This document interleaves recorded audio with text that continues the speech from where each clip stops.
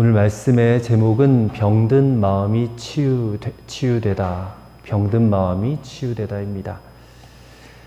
자, 오늘 유명한 말씀입니다. 성경 보니까 남편을 5번이나 바꾼 한 여인이 나오죠. 지금 살고 있는 남자도 정식 남편은 아닙니다.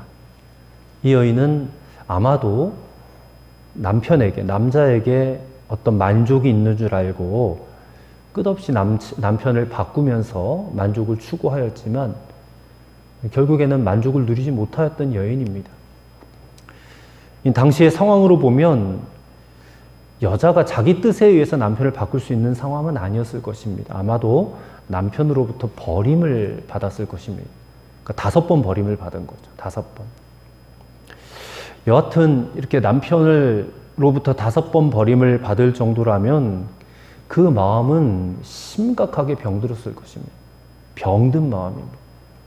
그러다 보니까 자기 친정 가족들에게도 버림을 받았을 것입니다. 어디서도 이 여자가 내 딸이다, 내 누이다 이렇게 말하지 못했을 것입니다. 또 지역사회에서는 어떻겠습니까? 다 손가락질 받았겠죠.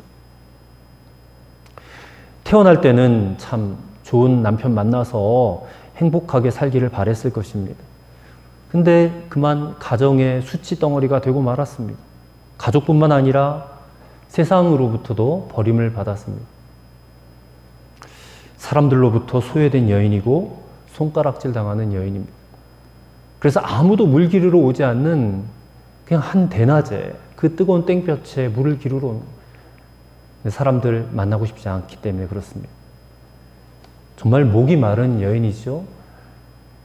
생리적인 갈증도 있었을 것이고 심리적인 갈증도 있었을 것이고 무엇보다도 영적 갈증에 시달리던 허덕이던 그런 여인입니다. 이 여인은 사마리아 수가성 여인입니다. 수가성에 살던 한 여인입니다. 사마리아인 우리가 다 잘 알지만 유대인들로부터 심히 배척받은 사람들입니다. 같은 동족이에요. 하지만 사마리아인들은 갑자기 피가 섞였습니다. 피가 섞였어요. 이제 그 이스라엘 땅에 북이스라엘, 남유다 이렇게 있었는데 북이스라엘에 아수르가 쳐들어와서 멸망시켜 버렸습니다. 그럼 북이스라엘에 살고 있던 그 이스라엘 백성들이 이 아수르 사람들과 혼혈을 하게 되니까 이렇게 이제 함께 살게 되면서 그렇게 결혼하게 되었습니다. 그러다 보니까 거기서 태어난 자녀들은 혼혈아들이 된 거예요. 이 사람들을 일컬어서 유대인들이 사마리아 사람이라고 이렇게 부른 것이죠. 그러다 보니까 저 사람들은 피가 더러워진 사람들이다. 그래서 한마디로 개처럼 여깁니다. 완전히 무시하는 거죠. 심각하게 원수처럼 여겼습니다. 그래서 보통 유대인들은 사마리아인과 상종하지 않습니다. 지금 예수님은 유대에 있었는데 갈릴리로 올라가셔야 될 때가 되었어요. 근데 유대에서 갈릴리로 올라갈 때 길이 2군데가 있습니다. 한 길은 지름길입니다. 그 지름길은 사마리아 땅을 통과해서 가는 길이고요. 또 한 길은 우회로가 있습니다. 사마리아 땅을 통과하지 않고 비스듬히 옆으로 가는 길이 있어요.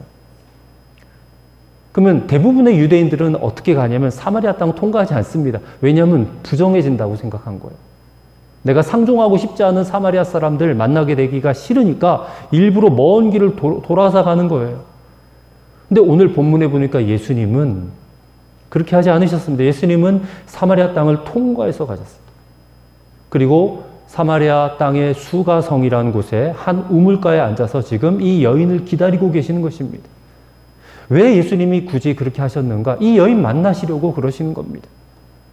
세상으로부터 버림받은 이 한 여인을 살려내기 위해서, 구원하기 위해서 일부러 예수님은 욕먹을 각오를 하시고 사마리아 땅을 통과해 가신 것입니다.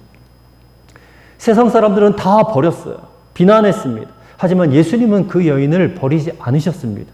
그 여인을 끝까지 찾으셨어요. 그리고 그 여인에게 영생하도록 솟아나는 샘물을 마시게 하시는 겁니다. 여러분, 이 말씀을 보면서 이 여인을 우리가 이 여인에게 대입되어야 됩니다. 우리가 바로 그 여인입니다. 우리는 생수를 갈망하는 자들이고 이 여인처럼 세상으로부터 버림받았던 사람들이었습니다. 우리 역시 세상 살면서 많은 상처와 고통과 또 억울함과 그런 것들이 많아요. 혹시 우리의 마음도 병들었을지도 모릅니다. 근데 예수님은 그것을 다 알고 계신다는 겁니다. 상처도 알고 계시고 어려움도 알고 계십니다. 우리가 무엇을 원하는지 무엇을 필요로 하는지도 예수님은 다 알고 계십니다. 그래서 그 필요를 채워주시기 위해서, 만족시켜주시기 위해서 예수님은 오늘 사마리아 수가성 그 여인을 만나러 가셨습니다.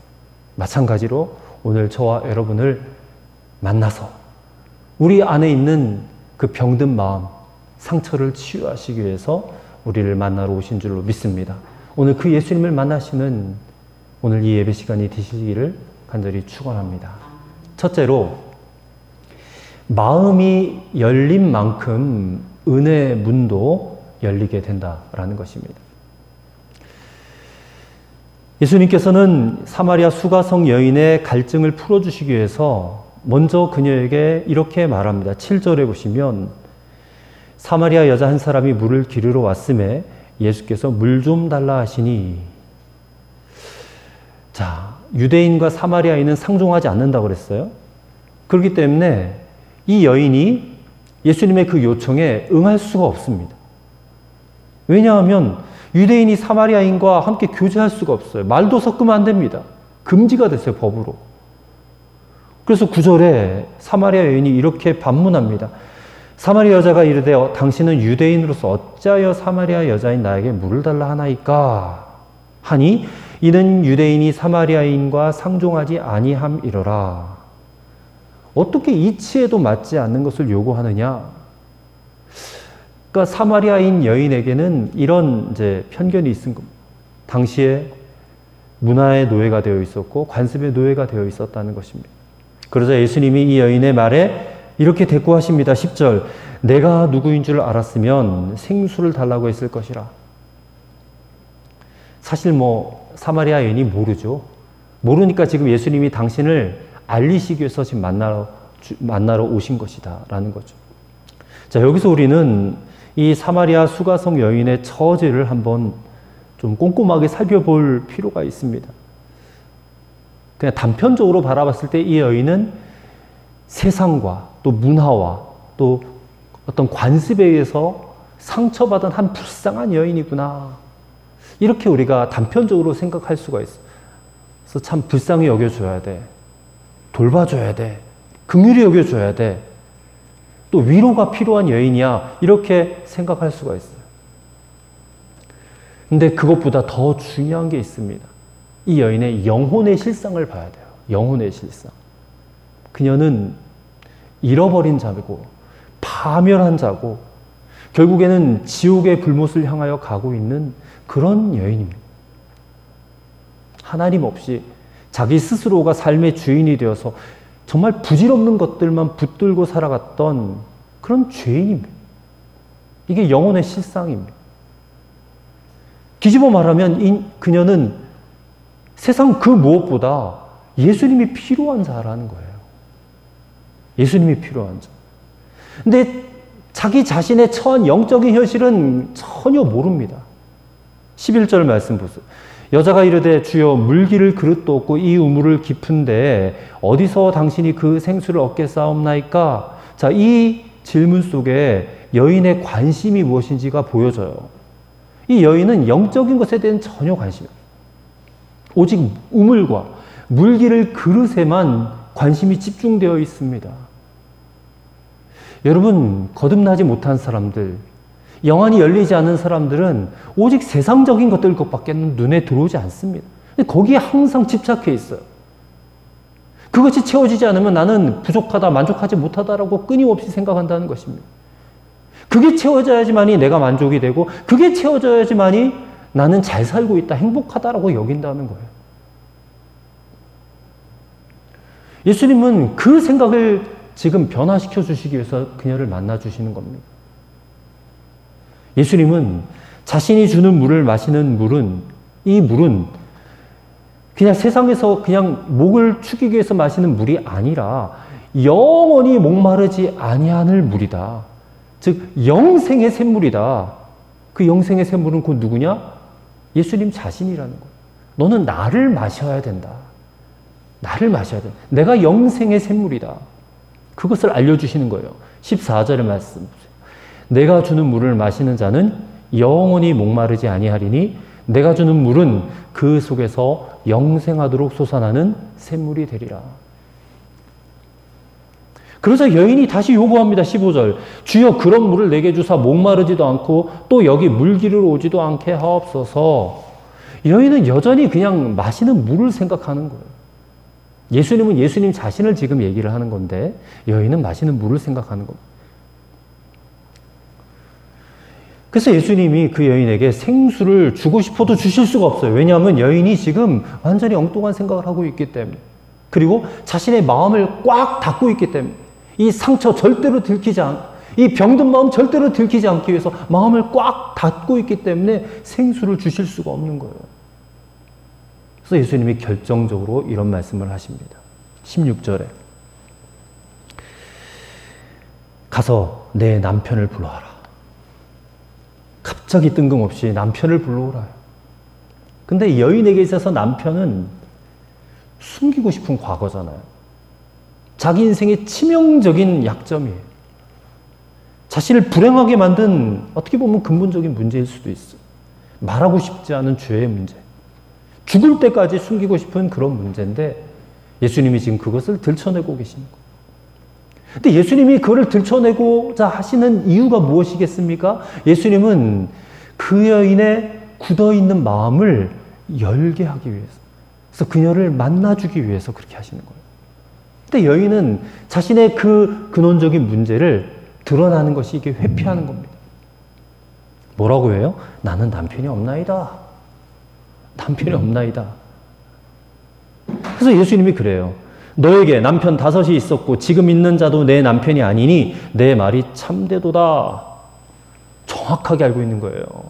이 여인의 과거와 지금 현재를 정확하게 지금 예수님이 말씀하고 계시는 거예요. 여인이 충격을 받습니다. 어떻게 알지? 신통하다. 참 신령하다.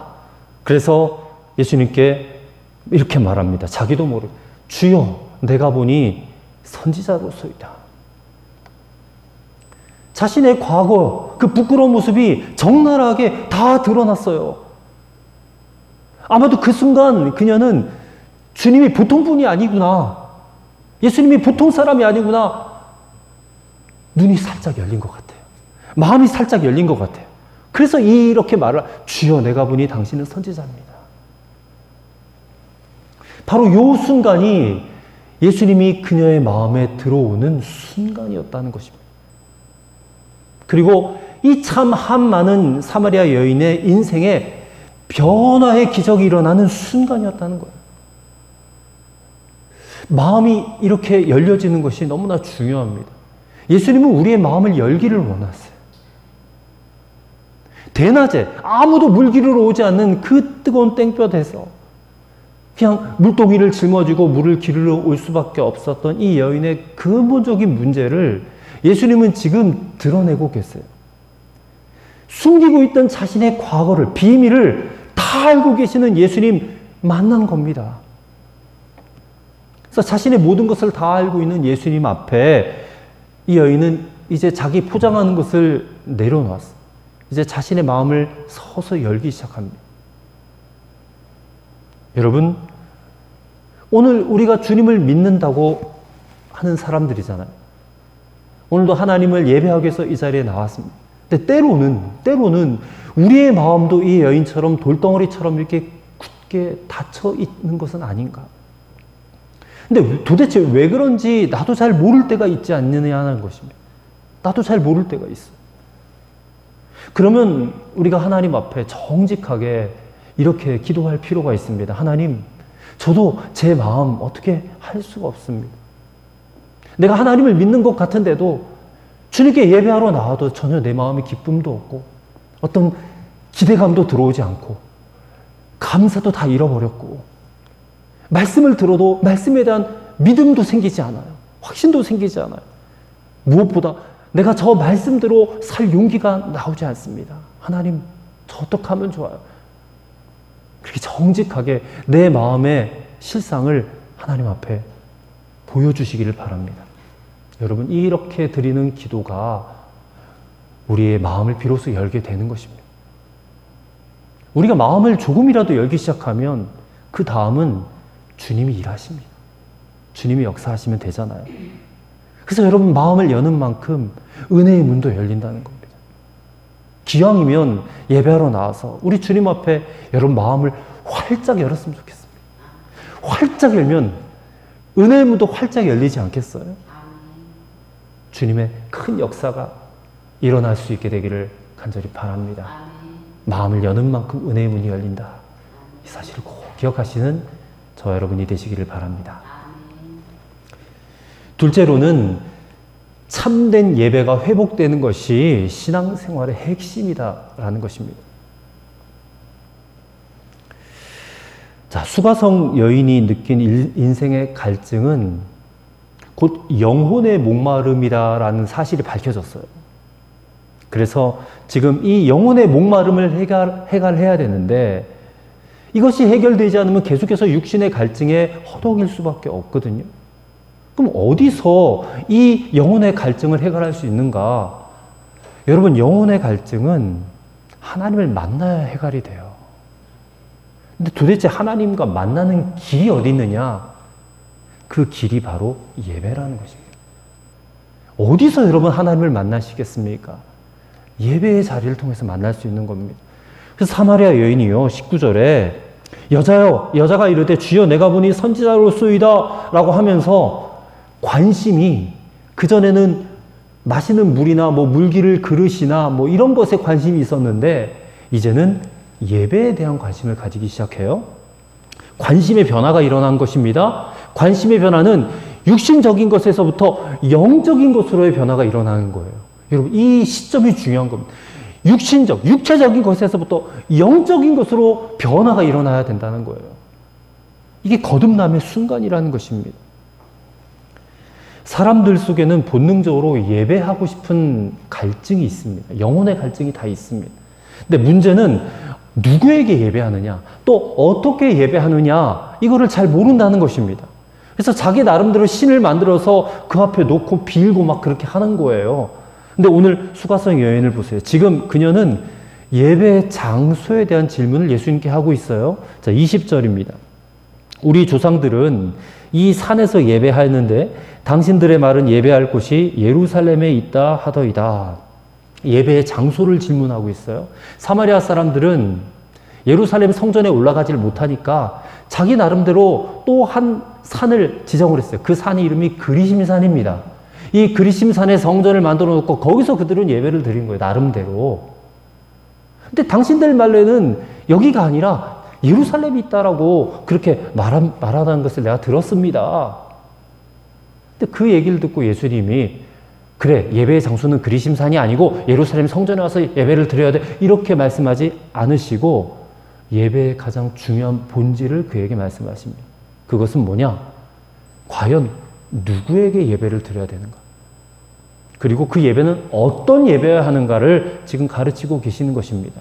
23절과 24절을 보십시오. 우리 한 목소리로 같이 읽어보도록 하겠습니다. 23절, 24절입니다. 아버지께 참되게 예배하는 자들은 영과 진리로 예배할 때가 오나니 곧 이때라. 아버지께서는 자기에게 이렇게 예배하는 자들을 찾으시느니라. 하나님은 영이시니 예배하는 자가 영과 진리로 예배할지니라. 아멘. 예배의 가장 중요한 본질은 예배의 대상은 아버지 하나님이고 그 아버지 하나님께 어떻게 예배하느냐? 영으로 예배하고 진리로 예배하라는 겁니다. 영으로 예배하라. 왜 영으로 예배하라고 말씀하시는가? 그것은 하나님이 영이시기 때문에 그래요. 하나님이 영이시기 때문에. 하나님께서 인간을 창조하실 때 육체를 먼저 만드시고 난 다음에 그 코에 생기를 불어넣으셨어요. 그 생기가 바로 하나님의 영을 불어넣으신 겁니다. 그래서 인간이 생명이 되었다고 했어요. 영적인 존재가 되었다라는 것입니다. 그래서 이 영적인 존재는 하나님, 영이신 하나님과 교제할 수 있게 만들어진 거예요. 그런데 아담이 선악과 따먹고 범죄한 바람에 이 하나님의 영이 떠나가셨단 말이에요. 그래서 뭐가 되었다고 창세기가 말합니까? 육체가 되었다고 그랬어요. 육체가 되었다. 영을 상실해 버렸어요. 근데 우리가 예수님이 십자가에 죽으시고 부활하심으로 우리 영원한 생명이, 우리가 그 복음을 믿고 우리의 영이 다시 회복이 된 거예요. 우린 다시 살아난 생명이 된 것입니다. 예수님을 믿음으로. 그렇게 물과 성령으로 거듭난 성도들이 우리를 구속해 주신 예수님의 그 은혜와 은총을 찬양하고 경배하는 것이 바로 영으로 예배하는 것이다. 영으로 예배하는 것이다. 살아난 영으로 영이신 하나님께 예배를 드리는 거예요. 그러니까 죽은 영으로는 예배를 드리지 못한다는 것입니다. 살아나지 못한 영으로. 진리로 예배하라는 것은 우리가 고백하다시피 예수님은 진리입니다. 그 자체이십니다. 그 진리 대신 예수님과 더불어 예배하라는 것이에요. 예수님은 우리의 죄를 대신하시기 위해서 한 마리 유월절 어린 양이 되셨어요. 구약에서는 죄 용서를 받기 위해서는 반드시 제사장 앞에 제물을 들고 나가야 됩니다. 그 제물, 짐승을 잡아서 피를 다 쏟고 그 피를 제단에 뿌리고 그 고기는 불로 활활 태워서 불태워서 하나님 앞에 제사를 드렸어요. 그러면 그 제물에 먼저 가져온 사람이 안수를 하죠. 그리고 죄를 다 전가시킵니다. 그리고 그 짐승을 죽임으로써 이 죄가 사라지게 되는 거죠. 속하여지게 되는 것입니다. 예배는 바로 이런 심정으로 예배를 드려야 된다는 것이죠. 내 죄 때문에 내가 죽어야 되는데 나 대신 제물이 죽었어. 근데 그 제물이 우린 더 이상 짐승 제물로 드리지 않고 예수님이 우리의 대신 제물이 되셨으니까 예수님의 죽으신 그 죽으심으로 말미암아 우리가 하나님 앞에 나아갈 수 있게 됐다는 것이죠. 그래서 우리가 예수님의 이름을 부르며 예수님과 더불어 나아가는 예배가 진리로 예배를 드리는 것입니다. 진리로 예배를 드리는. 그리고 사도 바울은 우리가 드릴 영적 예배에 대해서 이렇게 가르쳐 주셨어요. 로마서 12장 1절에 형제들아 내가 하나님의 모든 자비하심으로 너희를 권하노니 너희 몸을 하나님이 기뻐하시는 거룩한 산 제사로 드리라. 이는 너희의 드릴 영적 예배니라. 너희의 몸을 거룩한 산 제물로 드려라. 산 제사로 드리라. 이것이 바로 영적인 예배다. 몸을 드리라는 것은 여러분 우리 삶 자체를 말하는 겁니다. 내 모든 것을 드리는 것이 바로 영적 예배다. 여러분의 삶 자체를 하나님이 기뻐하시는 살아있는 제물이 되어서 주님의 영광을 위하여 드리는 예배, 그 예배가 영적인 예배라는 것입니다. 하나님은 우리에게 그런 예배를 받고 싶어 하시는 겁니다. 오늘 이 자리에 예배드리러 나온 여러분과 저가 과연 그런 예배를 드리고 있습니까? 하나님이 기뻐하신 예배를 드리고 있느냐 말이에요. 그런 예배자를 찾고 계신다는 거예요. 그런 예배자를 찾고 계신다. 그리고 영과 진리로 영적 예배를 드리는 자를 통해서 하나님은 복을 내려주시는 거예요. 예배의 복은 바로 그것입니다. 하나님 앞에 내 삶을 온전히 산제물로 바쳐드리면 하나님은 우리에게 복을 주십니다. 이게 기독교 신앙의 진정한 목적입니다. 예배를 바르게 드리게 하는 것. 여러분 예배를 바르게 드리시길 바랍니다. 예배를 잘 드리시길 바랍니다. 이것이 복 중의 복입니다. 오늘 여러분의 예배를 점검해 보시길 바랍니다. 함부로 누가 예배를 어떻게 드리는지 판단하고 평가할 수는 없습니다. 그러나 강단에 서서 여러분들이 예배 드리는 모습을 가만히 보게 된다면 찬양하는 모습만 봐도 그가 정말로 제대로 하나님 앞에 예배를 드리는지 아닌지 어느 정도는 보여집니다. 어떤 분은 전혀 하나님을 바라보지 못하고 그냥 예배당만 두리번거리고 주보만 들적거리고 또 사람이 얼마나 왔나 그런 것만 보고 그런 분들이 계세요. 어떤 분들은 물론 삶이 피곤하시니까 일주일 동안 세상 가운데 열심히 수고하였으니까 예배당에 와서 그냥 구벅구벅 졸고 계신 분들도 계세요. 오죽 피곤하면 교회 와서 주무실까 싶기도 하지만 영적인 관점에서 보면 과연 그런 예배를 하나님이 받으실까? 판단할 수는 없습니다. 예배는 그 사람과 하나님과의 관계 속에서 일어나는 사건이기 때문에 제3자가 그 모습을 보고 받으신다 안 받으신다 판단할 수는 없지만 우리 스스로가 나 자신을 점검해 봐야 될 필요는 있지 않겠습니까? 과연 내가 오늘 하나님 앞에 영적 예배를 드리고 있는가?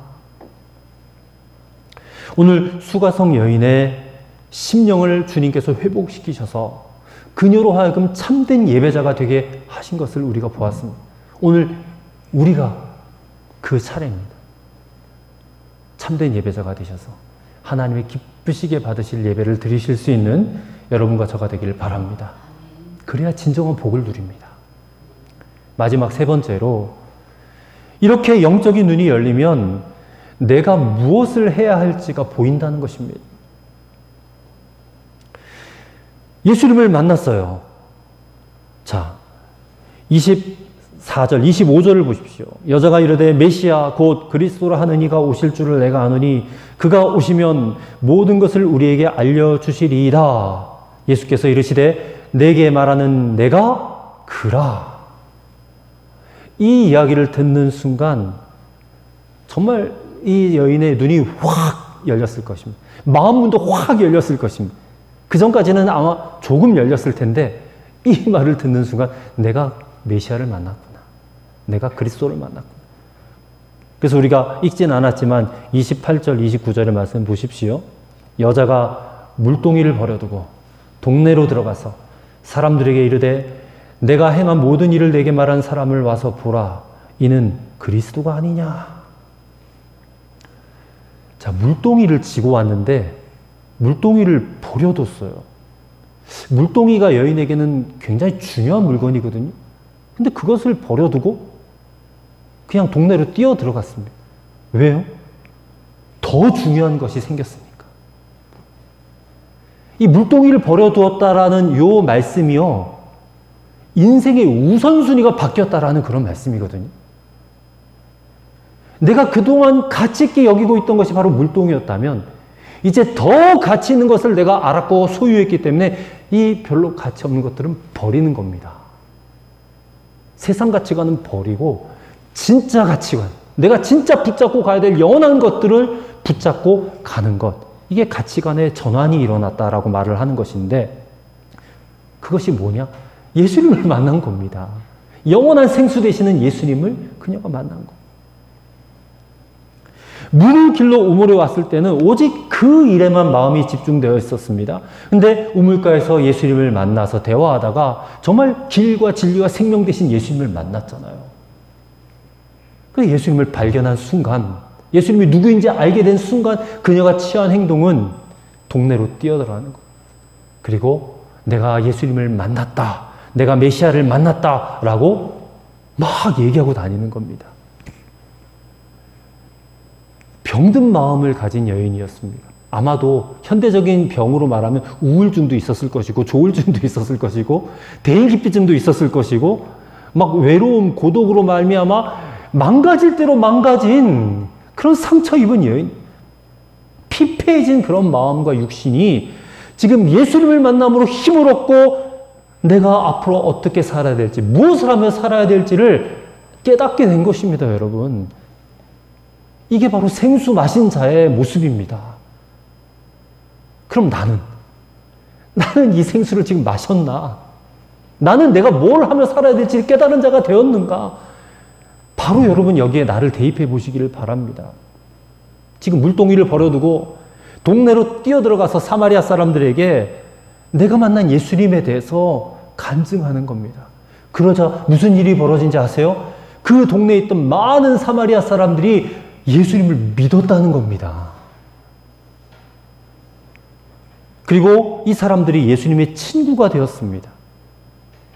그리고 그리스도를 인하여 믿는 사람들이 많아졌다라고 그랬어요. 그리고 그들이 이렇게 고백합니다. 예수님의 말씀을 친히 듣고 예수님이 참으로 세상의 구주이신 줄을 알게 되었다. 그런 말을 해요. 그게 39절 이하의 말씀입니다. 여러분, 오늘 우리에게 이와 같은 놀라운 변화가 일어났는가? 과연 나는 주님이 주시는 생수를 마신 자가 되었는가? 나는 정말 변화된 자가 맞는가? 이것을 한번 잘 점검해 보시기를 바랍니다. 정말 예수님이 주시는 물을 마셔야지 진정한 만족을 누릴 수 있습니다. 세상에서 나를 기쁘게 할 것들을 찾아보면 없지는 않겠죠. 없지는 않을 것입니다. 즐길 것 얼마나 많아요, 세상에. 누릴 것 얼마나 많습니까? 근데 그것이 진짜 내 영혼의 만족을 줍니까? 그것이 내 영혼의 평안함을 줍니까, 여러분? 만약에 준다라고 말한다면 여러분 다 속고 있는 것입니다. 절대 줄 수 없어요. 성경이 그것을 증언하고 있습니다. 우리는 세상으로 만족할 수 있는 사람들이 아닙니다. 세상의 좋은 것들로 인하여 우리의 마음의 평강을 얻지 못하는 것입니다.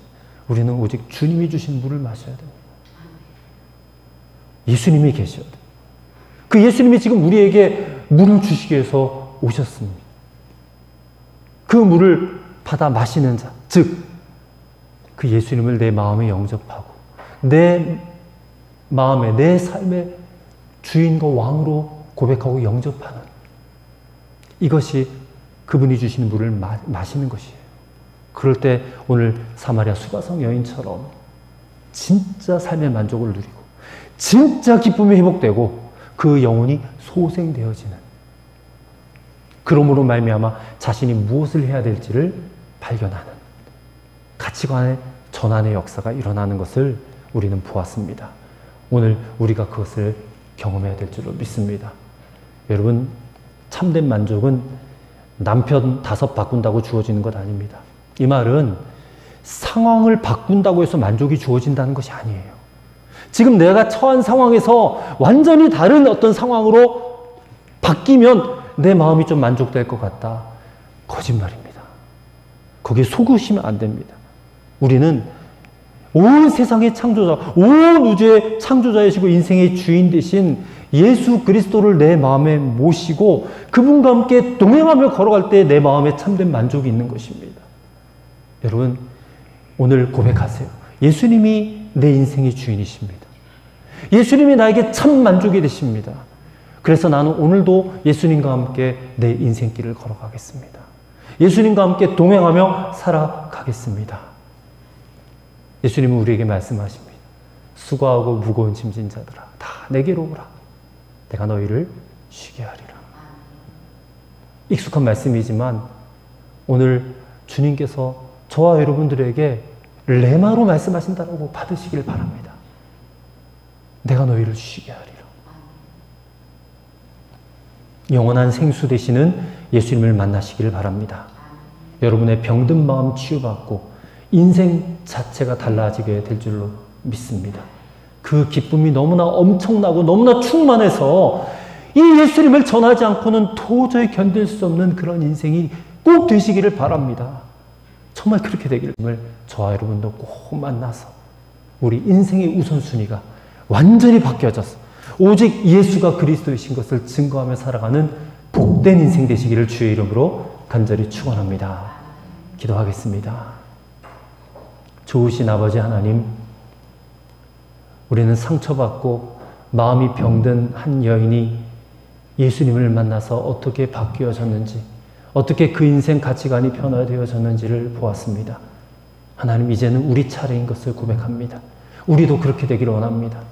이미 예수님 믿고 오랫동안 예수님 믿고 살아왔지만 여전히 내 마음 가운데 가치관은 변화되지 않은 채 여전히 세상에 목말라하고 세상 것들을 추구하고 살아가고 있지는 않습니까? 그것으로 인하여 내 마음이 만족할 수 있다고 생각하고 있지는 않습니까? 세상이 주는 물을 통하여서는 만족을 얻을 수 없고 주님이 주시는 물을 마셔야 진정한 만족이 있다는 것을 분명히 깨닫게 인도하여 주옵소서.